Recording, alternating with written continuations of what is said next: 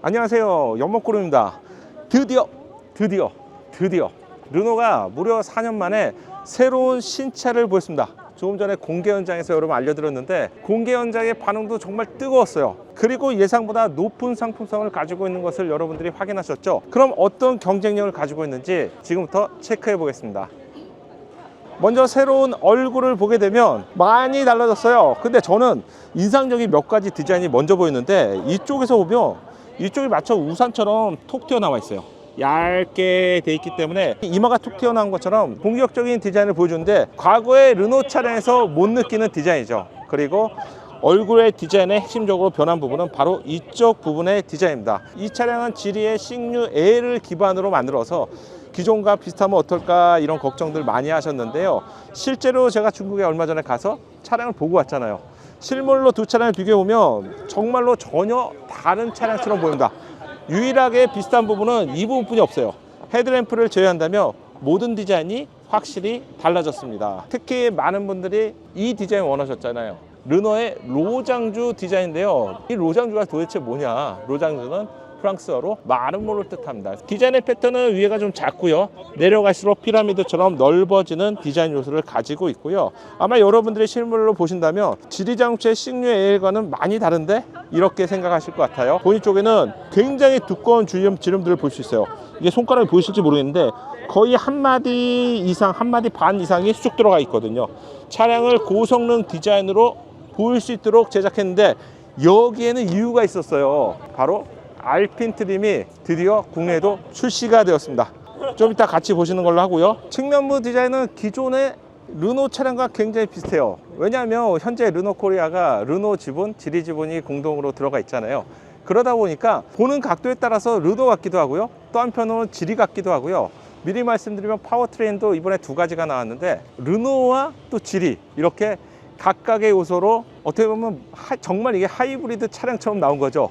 서로 다른 성격이 두 가지가 합쳐진 차량이 지금 보시는 그랜드 꼴레오스가 아닌가 생각됩니다. 그랜드 꼴레오스의 타이어는 245, 45R 20인치고요. 차량의 크기를 봤을 때 이 정도면 적당해 보이는데, 제가 현장에서 관계자분께 이걸 물어봤거든요. 승차감 없다니까 대놓고 이렇게 말씀하시더라고요. 정말 승차감 좋다. F1을 통해서 얻어진 다양한 기술들을 가지고 있기 때문에 르노 자동차의 꼴레오스는 어떤 승차감을 보여줄지 미리 기대가 되는 부분이고요. 측면부를 쭉 따라오시면 루프라는 좀 역동적인 디자인을 만들기 위해서 이렇게 루프 쪽에는 블랙 색상을 더했는데요. 블랙 색상을 더한 모델과 루프 전체가 블랙한 감성을 가지고 있는 차량이 바로 알핀 트림의 차량입니다. 알핀 트림 차량은 좀 이따 디자인 한번 보시고요. 측면부에서 후면부로 이어지는 디자인에서 좀 차이점이 있는 디자인, 특히 후면부 디자인을 완성하는 디자인 요소는 바로 이거잖아요. 테일램프의 디자인은 어떨까 고민을 많이 했었는데요. 사실 이런 디자인 요소들은 기존의 지리자동차의 싱류 L과 비슷합니다만, 싱류 L은 테일램프와 테일램프 사이에 크롬 포인트 디자인이 들어가 있었고요, 이 하단에 레터링이 들어가 있었어요. 이런 요소들을 싹 걷어내서 다른 차량처럼 보이게 만든 게 바로 꼴레오스가 국내에서는 QM6의 해외명이었잖아요. 따라서 정식 이름이 꼴레오스가 되면서 이 차량은 QM6의 후속 모델로 보는 것이 현명할 것 같습니다. 또한 이렇게 꼴레오스라는 장명을 하면서 이제 르노 코리아의 모든 차량들은 글로벌 명과 동일한 명칭을 따라간다는 것을 알 수 있습니다. 후면부 디자인에서 보조 브레이크 등 사이즈는 이 정도 사이즈가 되고요. 그리고 와이퍼의 위치는 이쪽에 있습니다. 전면부에 보닛이 툭 튀어나와서 강인한 인상을 만든다면, 측면부에서도 이 부분을 이렇게 딱 뺐잖아요. 그래서 전면과 조화가 되는 디자인 요소를 볼 수가 있고요. 그리고 트렁크 한번 열어볼게요. 작동 속도 보세요. 스르, 이 정도면 괜찮은 것 같아요. 근데 트렁크의 공간도 예상보다 큽니다. 우리가 보통 QM6 차량 때는 항상 비교하는 대상들이 투싼 또는 스포티지 차량 같은 준중형급 차량과 비교를 많이 하셨거든요. 이제는 더 이상 그렇게 하실 필요가 없을 것 같아요. 정말 커졌고요. 산타페나 소렌토 차량과 비교해도 될 정도로 차량이 정말 커졌습니다. 트렁크 하단 공간도 보시면요, 우와, 엄청나죠. 이 공간을 캠핑이나 레저 활동하시는 분들은 그대로 수납 공간으로 쓸 수 있다는 점도 장점이고요. 새로운 버킷에 따라서 수화기는 기본으로 비치가 되어 있습니다. 그리고 레저 활동들을 하시게 되면 이 트렁크 공간이 밝으면 밝을수록 좋은데, 개인적으로 조금 아쉬운 부분이 실내 맵등들이 지금 이쪽에 하나 있는데 측면부에도 하나만 더 있었으면 더 좋지 않을까 생각이 들고요. 이쪽하고 아니면 이쪽에 우리가 다른 대형급 차량에서는 트렁크 게이트 하단 쪽에도 설치가 되어 있는데 요거까지 됐다면 너무 많은 기대를 했던 것일까요? 그래서 요건 좀 아쉬운데요. 그럼에도 불구하고 차량 곳곳에 시선이 닿는 곳에 디테일이나 마감 그리고 빌드 퀄리티는 꽤 괜찮다, 이렇게 보시면 될 것 같아요. 알핀 차량이 르노 코리아 또는 뭐 르노에서 최초로 국내에 도입이 되었어요. 보자마자 많이 달라요. 알핀은 어떤 디자인의 차이가 있는지 체크해 보시죠. 첫 번째 차이점입니다. 운전석 팬더 위쪽에는 알핀 전용 레터링이 제공되죠. 남성분들 이런 거 되게 좋아하시는데, 야, 이게 이제 국내 차량에서도 드디어 볼 수 있네요. 두 번째 특징입니다. 전면부에는요, 그릴 디자인에도 차이가 있습니다. 여기 보이시나요? 이쪽에 이렇게 뾰족한 방향 지등 같은 디자인 요소에서도 야, 난 알핀이야, 이런 요소로 디자인했어요. 알핀에 대해서 알고 있는 분들이라면 와, 이 알핀만의 강렬한 디자인 요소에 반할 것 같고요. 또 한 가지 디자인은 바로 에어 인테이크 쪽에서도 알핀 전용 디자인을 볼 수가 있습니다. 아래로 내려갈수록 검은 색상이 좀 도드라지기 때문에 이렇게 마치 글라디에이션이 되는 것처럼 다른 디자인을 가지고 있다는 점, 외부 디자인의 차이점이고요. 측면부에도 도 하단 부분에도 역시 알핀 전용 디자인을 볼 수가 있어요. 쭉 드디디디디디 그라디에이션 같은 디자인 요소를 볼 수 있습니다. 자, 이게 끝일까요? 측면부에는 또 하나의 특징이 있는데요. 이 루프 쪽이에요. 루프 쪽 위를 보시면 블랙 전용 루프가 제공됩니다. 르노에서 이런 무광 소재의 페인트 컬러를 선보인 것은 제 기억에는 이번이 처음인 것 같아요. 전면부와 마찬가지로 측면부에도 엣지 있는 디자인을 줬는데요. 실제 공기 역학까지 고려한 것 같진 않아요. 네, 뚫려 있지는 않습니다. 뚫려 있지는 않지만 그래도 확실히 야, 난 알핀이야, 이런 느낌을 준다는 거 좋네요. 그리고 한 가지가 더 있네요. 이 알핀의 전용 휠로 보이는데요. 이 휠 사이즈는 245, 45R 20인치에 매트하면서 블랙 색상의 전용 휠이 제공됩니다. 이야, 르노 4년 만에 만든 르노의 신차입니다. 제가 좀 편하게 앉았는데 지금 차량을 딱 타자마자 느끼는 게 차량이 굉장히 쫀득쫀득합니다. 차량을 시승해 봐야겠지만 시트는 조금 단단한 성향이고요. 그리고 굉장히 타자마자 고급 차량이구나, 이런 느낌을 받을 수 있다는 점, 아마 여러분들도 비슷하실 것 같아요. 실내를 마감하는 소재는 뭐 스웨이드 재질로 많이 마감은 하는데요. 현재 이 차량은 직물 소재로 했어요. 마치 청바지 같은 그런 느낌이에요. 그러다 보니까 굉장히 캐주얼하다, 이런 느낌을 받게 되고요. 젊어진 르노 코리아의 새로운 신차다, 이런 생각을 하게 되고요. 도어에도 다양한 소재를 적용했습니다. 위에는 플라스틱인데요, 조금 부드러운 플라스틱이 적용되었고요. 두 번째는 플라스틱으로 보이는데 위에도 다른 소재를 썼는데 여기는 질감이 느껴지는 마치 텍스처 같은 그런 느낌을 받을 수 있습니다. 근데 이걸 왜 얘기하냐, 차량의 급이 올라가면 올라갈수록 다양한 소재를 적용하는데 이거 한 판 한 판 금양들이 다 돈이에요. 얘도 다르고 얘도 다르고, 얘는 스웨이드 재질로 또 적용이 되었고요. 가죽 감싸기 몰딩이 되어 있습니다.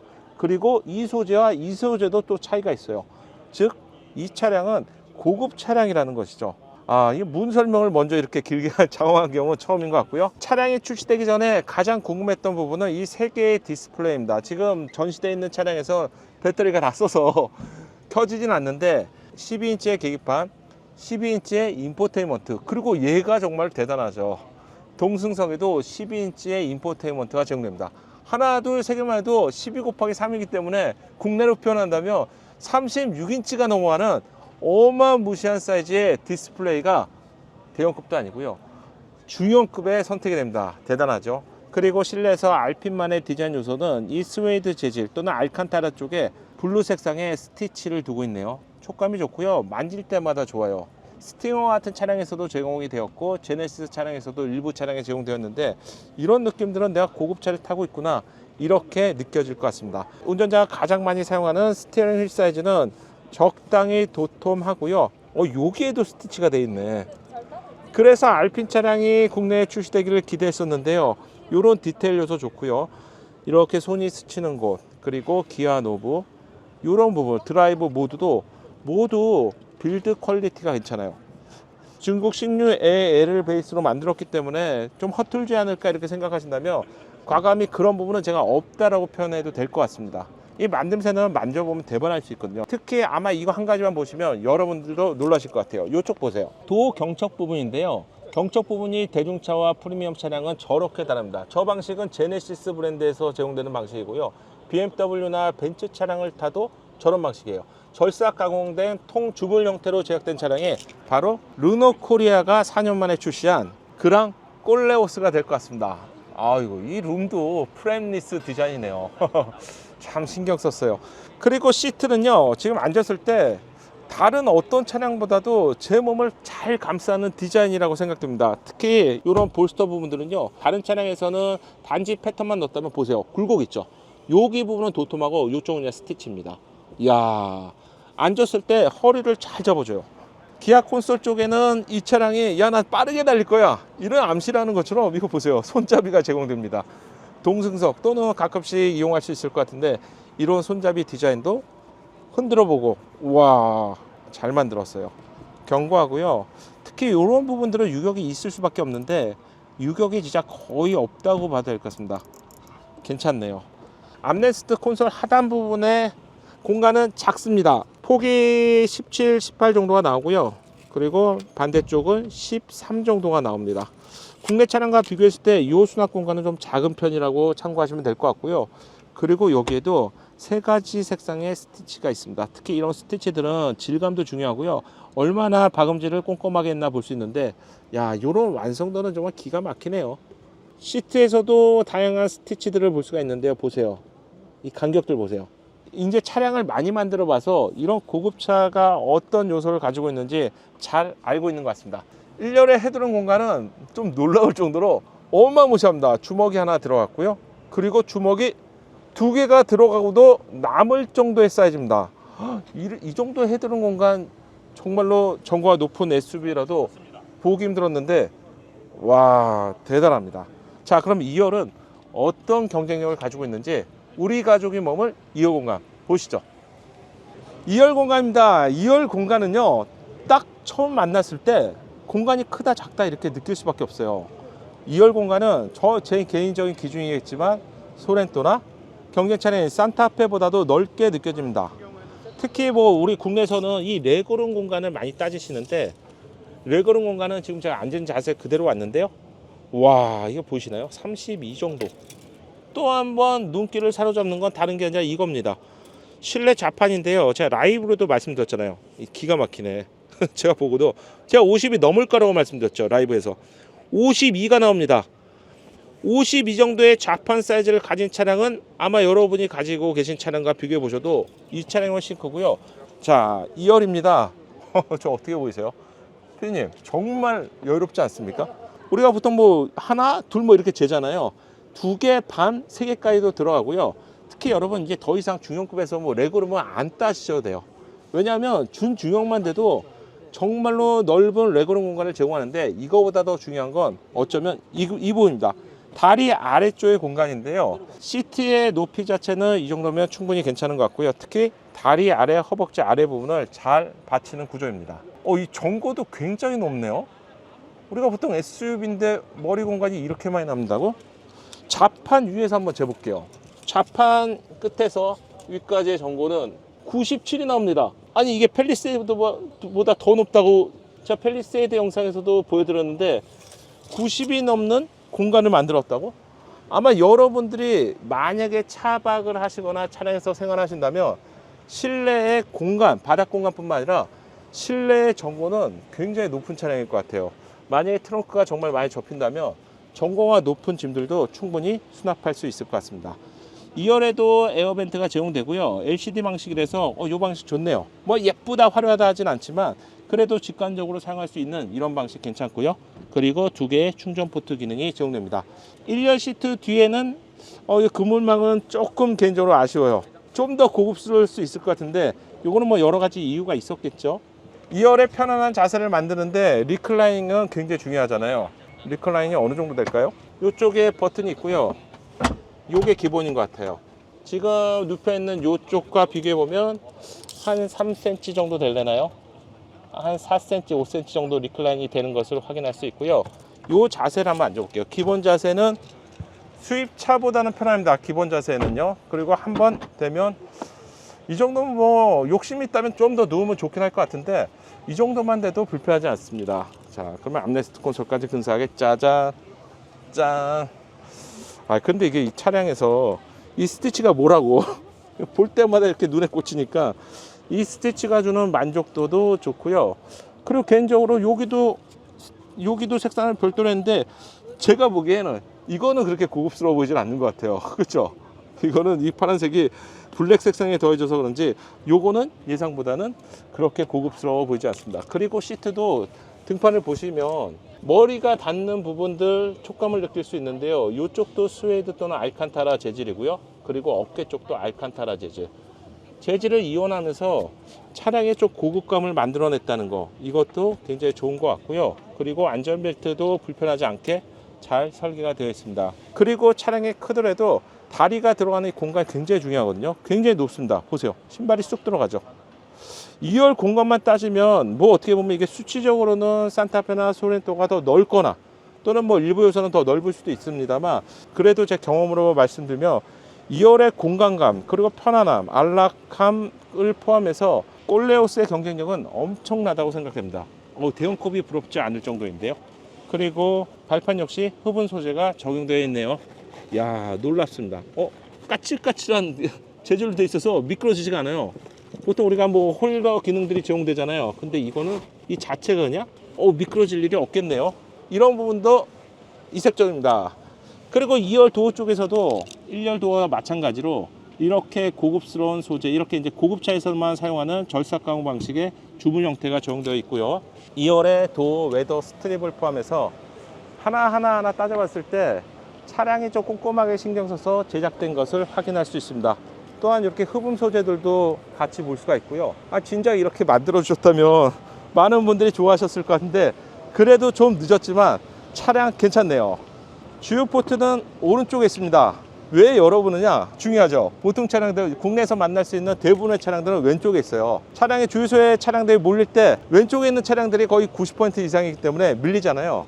이렇게 오른쪽에 있는 차량들은 뭐 수입차들, BMW 차량들이 이런 오른쪽에 있거든요. 그렇기 때문에 어느 때 주유소를 가셔도 밀리지 않고 쾌적하게 사용할 수 있습니다.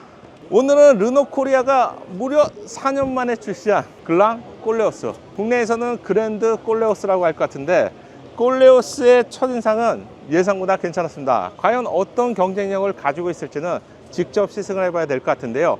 시승을 통해서 경쟁 차량과 어떤 차이점이 있는지 이 부분도 준비해 보겠습니다. 이상 부산 모빌리티 쇼에서 연목구름이었습니다. 감사합니다.